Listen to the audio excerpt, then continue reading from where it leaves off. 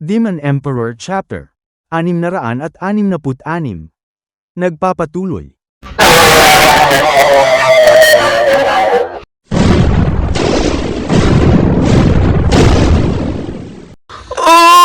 Hindi maaari! Ang lakas niya! Imposible! Isa siyang halimaw! Napakalapit ni Chupo, para siyang si Saitama.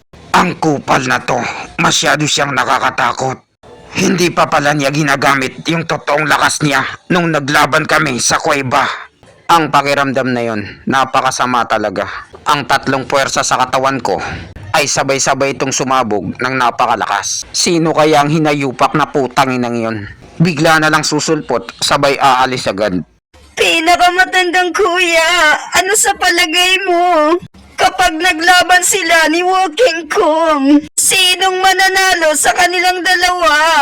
Hindi ko alam, mahirap sagutin ang tanong mo. Ang isa ay isang masamang cultivator at ang isa naman ay isang mabuting cultivator. Ang isa ay galing sa imperno at ang isa naman ay galing sa langit. Mahirap silang paghambingin dahil magkaiba sila ng tinatahak na landas. Pero kung ibabase natin sa lakas, naniniwala ako na si Walking Kong ay walang magagawa sa lakas ng batang yan. Malapakyaw ang mga sapak nito. Kung ganon, magiging Mayweather pala si Walking Kong sa kanya. Sigurado ako na ang pagtitipon ng dalawang dragon ngayon ay magkakaroon ng malaking pagbabago. Ito ang magiging plano natin. Makinig kayo. Kailangan tayo ang maging number 1 o di kaya ay number 2 sa laban ng gitnang rangkong sekto. Dahil kung hindi, tayo ang papalitan ng Demon Semeng sekto. At mararanasan niyo ang mga malupitong sapak ng halimaw na yan.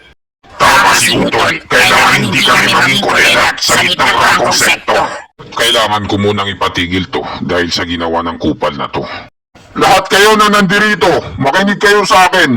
Ang paligsahan ng tatlong mababang sekto ay nagkaroon ng hindi inaasahang aksidente. Kaya ipinapalam ko sa inyo na ihinto muna ang paligsahan na ito. Ipapaalam ko muna ang mga nangyari sa dalawang nakakataas para makapagbigay sila ng abiso kung anong susunod na gagawin. Lahat ng mga manonood na dumalo, pakiusap, bumalik na muna kayo sa inyong mga tinutuluyang hotel. Anong pinagsasabi mo dyan, matandang referee? Gusto mo kalimutan na lang natin ang lahat at mag-move on? Nang ganon-ganon na lang? Lahat ng mga mag-aral ko ay patay na silang lahat. Pinatay sila ng kupal na yan sa isang tirahan lang. Tapos ang gusto mo, kalimutan na lang natin ang lahat? Ang kamatayan ay pwedeng mangyari sa kahit anumang oras, lalo na kapag nasa arena ka na. Kaya anong pinagmamaktol mo dyan? Nawalan ka lang ng mga ilang mag-aaral, umiiyak ka na? Ang ibig mo bang palabasin ay tigil na lang natin ang pagtitipon ng dalawang dragon? At mag-away na lang tayo dito? Yan ba ang gusto mo? Papaano na nila may lalabas ang totoong lakas nila kung pipigilan mo? Kagaguhan yang sinasabi mo. Ang mga mag-aaral ko ay wala sa loob ng arena. Nasa labas sila namatay, kaya kailangan may managot. Ikaw ang kupal dito! Gonggong! Si Chupa ay nasa arena at nagpalabas siya ng malakas na sapak at ikinamatay ng kalaban niya sa arena. Nagkataon lang na malakas siyang sumapak kaya hindi kinaya ng harang. Sabay dumiretso yung sapak sa mga mag-aaral mo. Dapat ang sisihin mo ay ang mahinang harang dahil hindi kinaya ang lakas ni Chupa. Doon ka magreklamo sa dalawang dragon ni Mang Kanor, huwag sa amin. Pakiusap, itigil niyo na yung pagtatalo. At umatras na muna kayo. Bibisitahin ko na lang kayo kapag nakakuha na ako ng sagot galing sa dalawang nakakataas. Gagawa nila ito ng magandang solusyon. Kaya magtiwala kayo sa dalawang dragon ni Mang Kanor. Ano? Gusto ko na sanang makipagsapakan sa matandang to eh. Swerte mo dahil nandito tayo sa dalawang dragon ni Mang Kanor. Pre, grabe ka talaga. Isa ka talagang bossing. Ikaw ang nagbibigay ng kapayapaan sa sekto natin. Pati ang mga matatanda ay hindi mo pinatawad, isinama mo sa plano. Paanong nangyari sa pinakahuling minuto mo sa arena? Bigla ka nilang nagalit dahil sa pang-aasar ng matabang oso na yun. Masyado kang na-high blood, pati ako'y natakot sa'yo. Talaga bang galit na galit ka na nun? Kaya nakapaglabas ka ng ganun kalakas? Talaga bang inasar niya ako ng sobra? Hindi ko kasi napansin eh. Anong hindi mo siya napansin? Kung hindi siya naging dahilan ng galit mo, sino? Kitang-kita namin na biglang sumabog ang galit mo. Pati ang buong sekto nila ay sinama mo. Kinalimutan mo na ang plano natin. Hindi dapat ganun ang nangyari. Ginulat kasi niya ako eh. Ayan tuloy, nakatikim ng isa. At saka hindi para sa kanya dapat ang sapak na yon. Nabigla lang kasi ako kaya siya ang nasapak ko. Ano ang ibig mong sabihin, Chupa? Hindi ka namin maintindihan.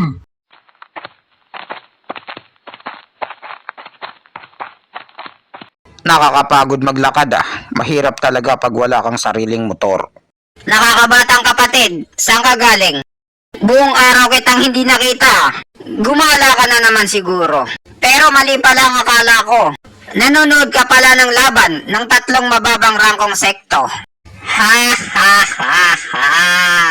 Hindi kaya may natipuhan ka na gusto mo sa 3 mababang rangkong sekto. Sabay pinanood mo ng personal. Pero bakit ayaw mong labanan ang mga eksperto sa sekto natin? Lagi ka nilang hinahamon. Ha ha ha. Hindi naman sa ganon nakakatandang kuya. Hindi ako pumunta rito para manood ng laban. May gusto lang akong makitang tao. Natatandaan mo pa ba yung feelings na nangyari sa akin ilang araw nang nakalipas? Ang feelings na yon ay para sa nakatadhana na katunggali ko. At tama ang kutob ko, nandito nga siya. Ang ibig mo bang sabihin ay nasa 3 mababang rangkong sekto ang magiging katunggali mo?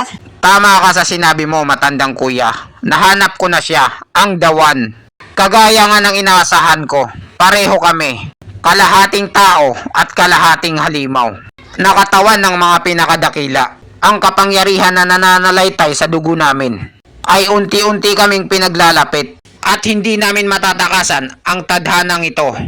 Nakakabatang kapatid, unang beses ko pa lang to na nakita ka na sobrang excited sa isang tao.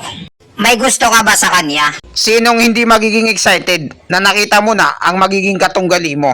Pareho kaming halimaw at nakatadhanang maglaban para malaman kung sino talagang totoong malakas sa amin. Dahil ito ang sumpa ng kapangyarihan na tinataglay namin.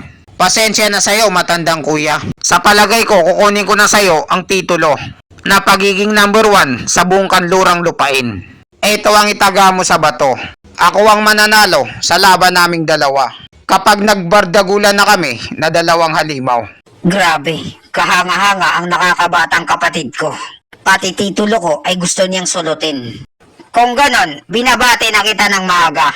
Congrats sa pagkapanalo mo. At dito nagtatapos ang chapter 666. Maraming salamat po sa panunood nyo. Mag-subscribe para laging updated sa buhay ni Chupa.